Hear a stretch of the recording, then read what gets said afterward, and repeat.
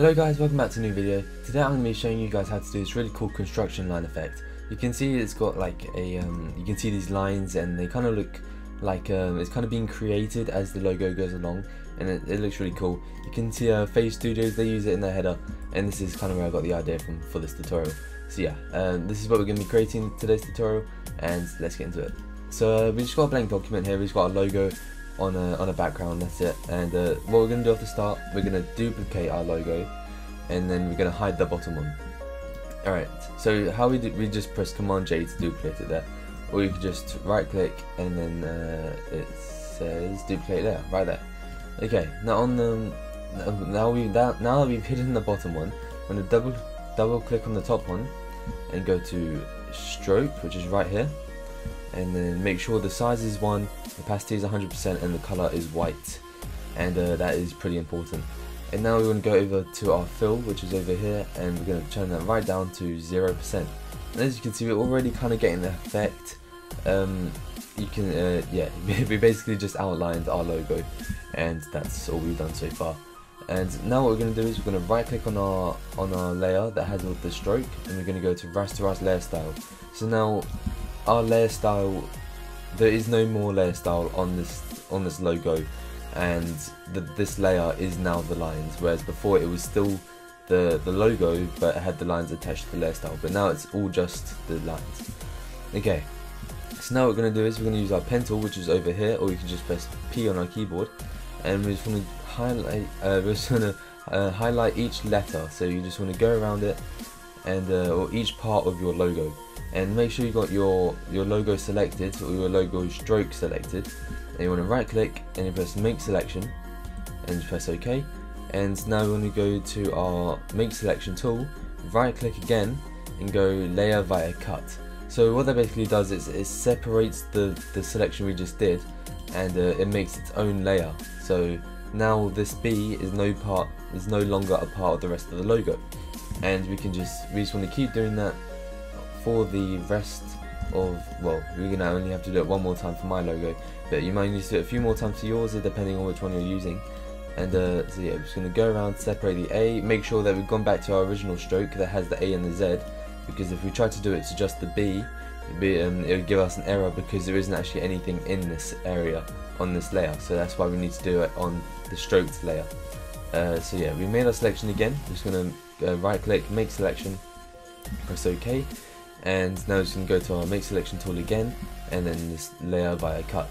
So now each part of the logo is its own layer, and that's what we want, because as you can see, my logo has 2 different colors, and yeah, so we don't want it all to be the same color, otherwise it won't look as good as what it should do.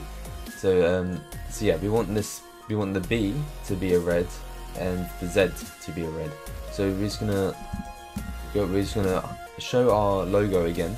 We're gonna go to our Z stroke, which is this one. Double click on it to get this box to open up.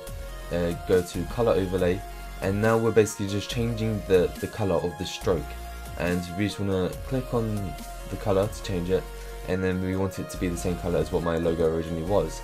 So now if we hide the logo, we can see that the stroke has now changed, and yeah, and now we just want to copy this, because my B and my Z are the same colors.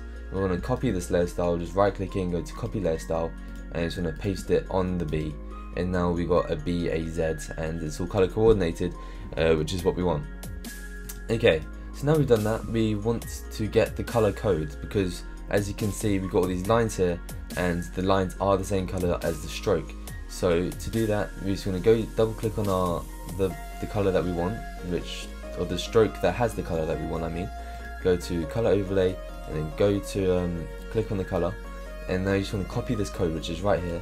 So you just want to press Command C or Control C if you're on Windows, and so yeah, you can just click these arrows just so like it doesn't get all compact and it just looks like more organized. And now we want to go to our shape tool. If you haven't used the line tool before, it should just have the rectangle tool or whatever tool you just last used. So you just want to click and hold, and then go to line tool.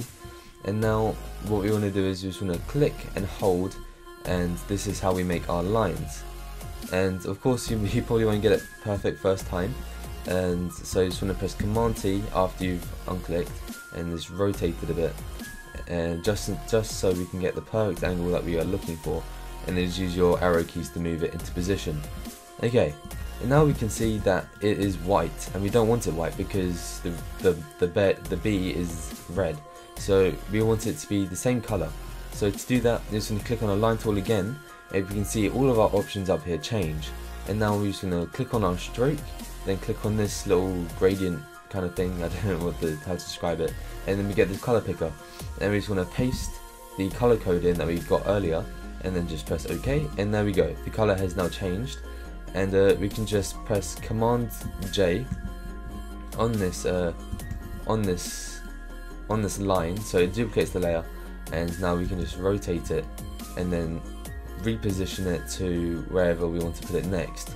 And yeah, that's basically all we're doing, is just continually just duplicating the line and just moving it. You don't really want to resize it, but you do want to like move it around just so it doesn't all look the same, because if you resize it, then it looks kind of dodgy. But yeah, it probably, well, what I'm trying to say is that if you don't resize it, it'll look best. So yeah, just want to keep duplicating it, and then keep aligning it towards your lines, just as if you were doing it, just as if you were displaying a new logo that you had made, and you were like proving that all the lines are the same angle and all that kind of stuff. Yeah, it's kind of the same concept. So yeah, just want to keep doing this, and this shouldn't take too long, obviously depending on the logo that you have.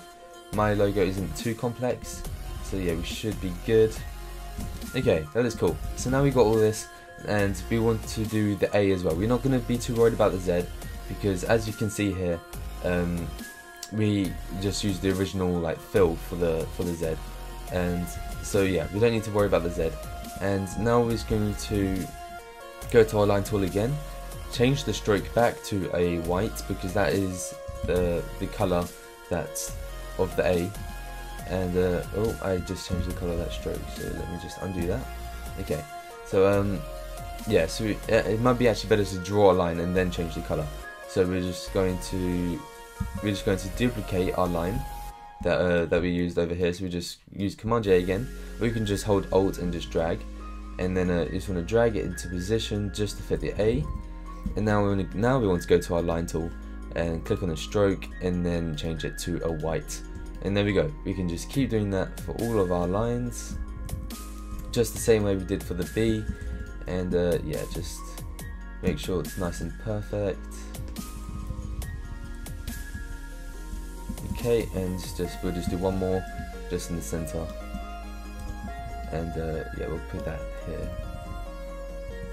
Okay, so that looks cool. Obviously, if you don't want it to go over the B, then that will be a suitable time to resize it, just by pressing Command T and just dragging it inwards.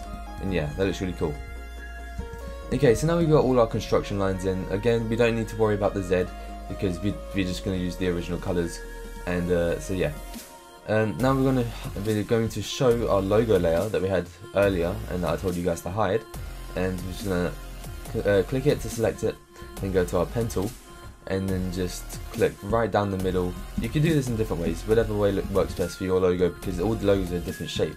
So you could just do it half and half, or you could do it at an angle. I might show it at an angle just to show you guys different ways. So yeah, let's just find a way that we're happy with. Okay, and now we just want to go over the half that we're going to delete from the main. So yeah, so we're going to delete this half of the fill. So just want to go over, just want to go around it in the pen tool, then right click, go make selection, press OK, and then we can just click delete. And then there we go, we have half of it construction lines, and then half of it of like the normal fill. And again, we could just go over, we could just change some of the lines to make it look a bit better. So like this one might look a bit better if it was a bit longer, and if it moved down a bit more. And there we go, it looks really cool. You can just mess around with it. And yeah, so that's how you basically do this effect, guys. Thank you guys for watching. Don't forget to like, comment and subscribe, and I'll see you guys in my next video.